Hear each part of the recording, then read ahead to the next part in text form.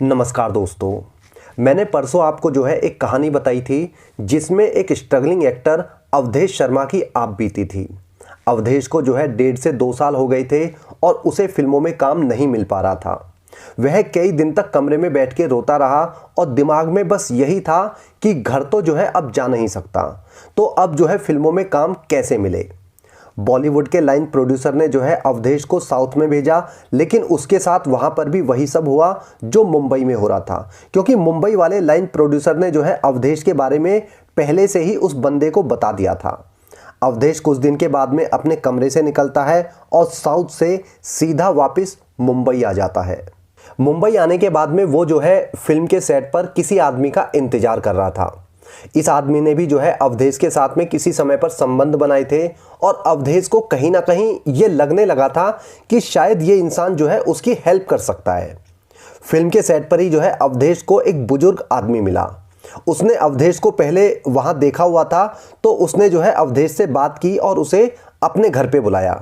वो बुजुर्ग आदमी बॉलीवुड फिल्मों में जूनियर आर्टिस्ट था।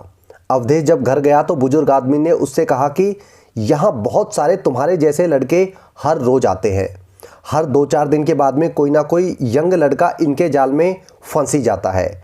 ये सब के सब बीमार लोग हैं और ये सब तुम्हें कभी भी काम नहीं देंगे। हो सके तो इन लोगों की दुनिया से दूर चले जाओ। फिल्मों में ट्राई करते रहना, अगर तुम्हारा मन है साउथ में चले जाओ, वहाँ की इंडस्ट्रीज में चले जाओ, वहाँ बहुत सारी इंडस्ट्रीज है, लेकिन ऐसे लोगों की बातों में दोबारा मत आना कि तुम्हें फिर से इस गंदगी में वापिस आना पड़े।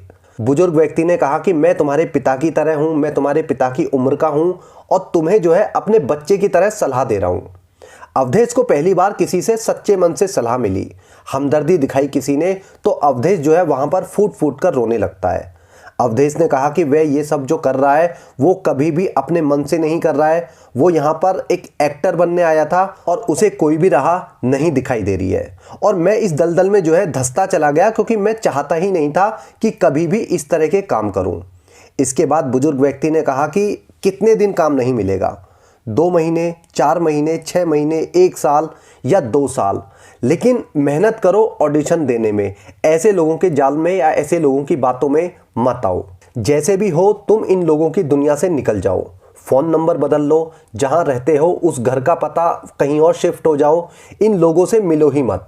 और ये लोग भी तुम्हें बहुत ज़्यादा ढूंढेंगे नहीं, क्योंकि इनके पास हर रोज़ नए नए शिकार आते रहते हैं। इसके बाद में अवधेश ने अपना नंबर और अपना एड्रेस चेंज कर लिया और हर रोज़ एक नई जगह पर ऑडिशन देने लगा।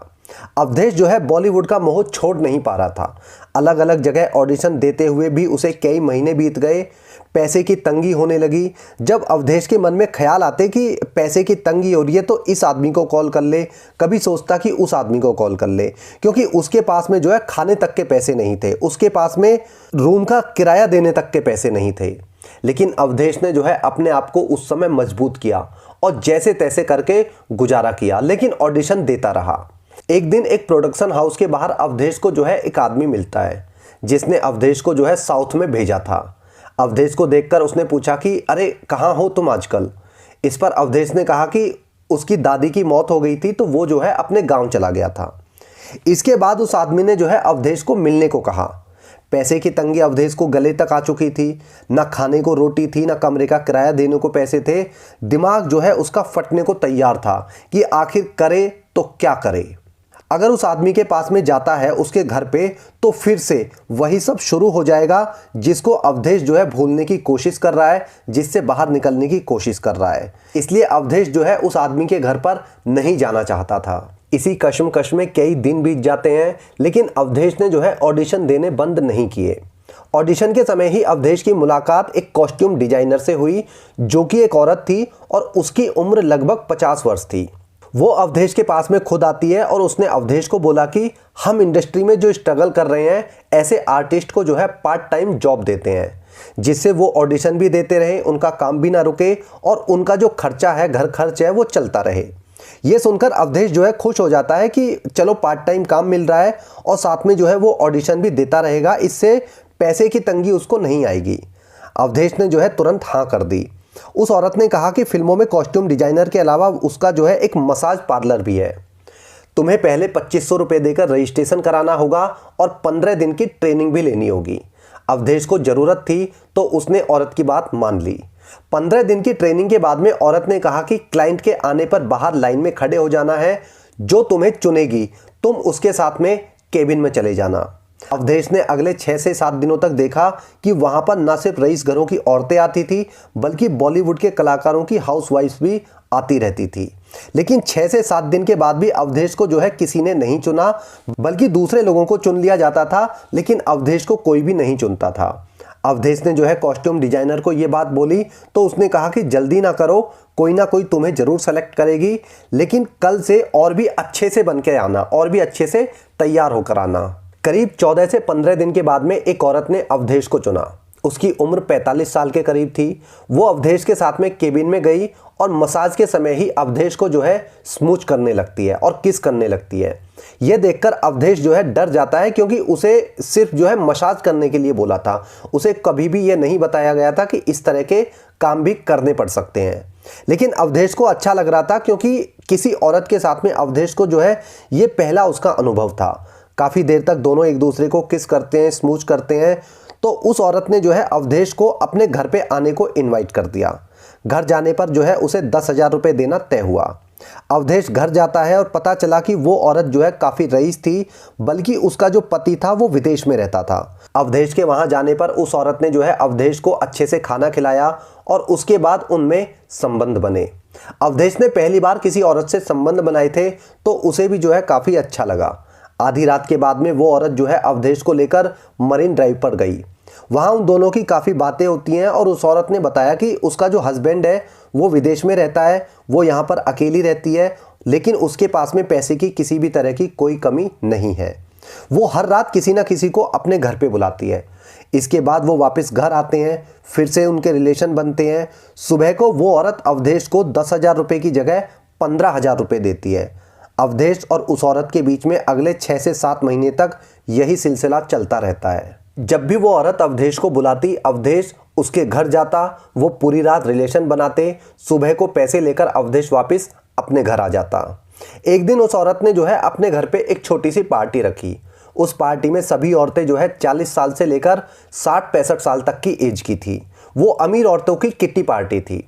पार्टी के बाद उस औरत ने जो है अवधेश को घर रुकने को कहा, लेकिन अवधेश ने जो है मना कर दिया, क्योंकि अवधेश जो है उन औरतों के बीच में अपने आप को कंफर्ट फील नहीं करा रहा था। फिर उस औरत ने जो है अवधेश को कहा कि अगर इन औरतों में से तुम्हें कोई पसंद आती है तो मुझे बता देना।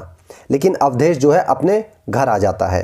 कुछ दिन के बाद अवधेश ने जो है उस औरत को फ़ोन किया और कहा कि उसे पैसों की ज़रूरत है, क्योंकि पैसे जो है उसे गाँव भेजने हैं। औरत ने कहा कि वो उसे पैसे की कमी कभी नहीं होने देगी, लेकिन उसे हमेशा वहां आना होगा जहां वो बुलाएगी। जब भी बुलाएगी उसे तभी आना होगा। अवधेश को पैसे चाहिए थे तो उसने हाँ कर दी। उस औरत ने जो है अवधेश को एक नई जगह बुलाया। अवधेश जब वहां पहुंचा तो उसने देखा कि वहां पर टोटल 3 औरतें थीं। वो ग्रुप सेक्स करना चाहती थी। अवधेश को पैसे चाहिए थे तो उसने भी मना नहीं किया। इसके बाद उन औरतों ने जो है नशा किया और पूरी रात अवधेश के शरीर के साथ में जानवरों की तरह उसके शरीर को नोच डाला। कई बार ऐसे मौके आए जब अवधेश ने जो है हाथ जोड़ लिए, वो थक चुका था, लेकिन उन औरतों को जैसे मन हुआ वो अवधेश के साथ में, उसके शरीर के साथ में वैसे उसे नोचती रही। सुबह होने पर उन्होंने जो है अवधेश को 40,000 रुपये दिए। अब अवधेश जो है इसी सब में घुसता चला गया, क्योंकि वो जो है अब पैसे कमाना चाहता था। रईस औरतों के पास में जाता, उसे मोटा पैसा मिलता हर बार, और अब जो है अवधेश उस पैसे को जमा करने लगा। इसके साथ ही वो जो है अपने गांव में भी अपने परिवार के पास में अच्छा खासा पैसा हर महीने भेजने लगा था। अब अवधेश ऑडिशन देना तो जैसे पूरी तरह से भूल ही गया था और वो जो है फुल टाइम सेक्स वर्कर के रूप में काम करने लगा। 1 साल में उसने जो है इतना पैसा जोड़ लिया कि उसने नया गांव में एक फ्लैट ले लिया। अवधेश की लाइफ में अब जो है यही सब था। अमीर घर की औरतें उसकी क्लाइंट थी, जो एक रात का उसे 10,000 से लेकर 25,000 रुपये तक पे करती थी। ये ऐसी औरतें थी जो अकेली रहती थी। किसी का पति बाहर रहता था, किसी का तलाक हो चुका था, कोई विडो थी, तो किसी को सिर्फ एंजॉय ही करना होता था। इनमें भी कुछ औरतें जो है सिर्फ सेक्स करना चाहती थी, तो कुछ ऐसी भी थी जो सिर्फ टाइम स्पेंड करना चाहती थी। कुछ ऐसी भी थी जो सिर्फ अपने मन की बात जो है उसके साथ में शेयर करना चाहती थी, ताकि अपने मन की भड़ास को किसी के सामने निकाल सके। और इसी बात के अवधेश को जो है पैसे मिलते थे। अवधेश को उन औरतों का अकेलापन समझ में आता था और यही वजह थी कि उसे इस काम में कुछ भी बुरा नहीं लगा। अवधेश की जिंदगी अच्छे से चल रही थी। अपने शरीर के बदले उसने रईस औरतों से खूब पैसे बटोरे। लेकिन एक समय ऐसा भी आया जब अवधेश को ये फील होने लगा कि अब बस बहुत हो चुका है। अब अवधेश जो है इस सब से बाहर निकलने की कोशिश करने लगा, बाहर निकलने की सोचने लगा। उसे महसूस हुआ कि वो मुंबई शहर में क्यों आया था। वो यहाँ पर आया था एक्टर बनने। उसका ख्वाब था कि एक बड़ा एक्टर बने, लेकिन आज वो कर क्या, आज वो मेल प्रोस्टिट्यूट बन के रह गया है। पिछले 4-5 साल का समय उसकी आंखों के सामने घूमने लगा कि कैसे एक छोटे से गांव से निकलकर एक सीधा साधा लड़का यहाँ मुंबई में आता है और हवस के पुजारियों और नशेड़ी लोगों के बीच में फंस जाता है। आदमी औरत हर किसी ने उसके शरीर को नोचा। आदमियों ने उसके शरीर को जानवरों की तरह नोचा और कभी भी उसे काम नहीं दिया। वहीं औरतों ने भी जो है यही सब किया, लेकिन औरतों ने इसके बदले में उसे पैसे दिए, उस पर पैसों की बारिश की। अब अवधेश जो है लाइफ में सेट होना चाहता था, ठहरना चाहता था। अवधेश ने अब जो है सभी औरतों को और सभी आदमियों को जो उसके क्लाइंट थे उनको मैसेज किया, जिनके पास वो जो है सेक्स वर्कर के रूप में काम करता था या जिनके पास में वो रात बिताने जाता था। अवधेश ने सभी को बोला कि अब वो जो है इस सब काम को छोड़ रहा है, क्योंकि उसे एक्टर बनना है और वो इस दलदल में नहीं रहना चाहता। वह सेक्स वर्कर की तरह अपने जिस्म को और नहीं नुचवा सकता। इसके बाद अवधेश ने जो है अपना कॉन्टैक्ट नंबर बदल लिया और उसका जो फ्लैट था नए गांव में उसे बेचकर उसने किसी दूसरी जगह पर एक दूसरा फ्लैट ले लिया। अब अवधेश का पूरा समय जो है ऑडिशन देने में ही जाने लगा। ऑडिशन देते हुए उसे काम तो कभी नहीं मिल पाया, लेकिन उसकी मुलाकात एक लड़की से हुई। वो लड़की भी जो है ऑडिशन देने आई थी। दोनों में दोस्ती हुई और फिर प्यार का इजहार करके अवधेश ने जो है उस लड़की को अपने बारे में सब कुछ बता दिया। उस लड़की को अवधेश की ईमानदारी से और ज़्यादा प्यार हो गया।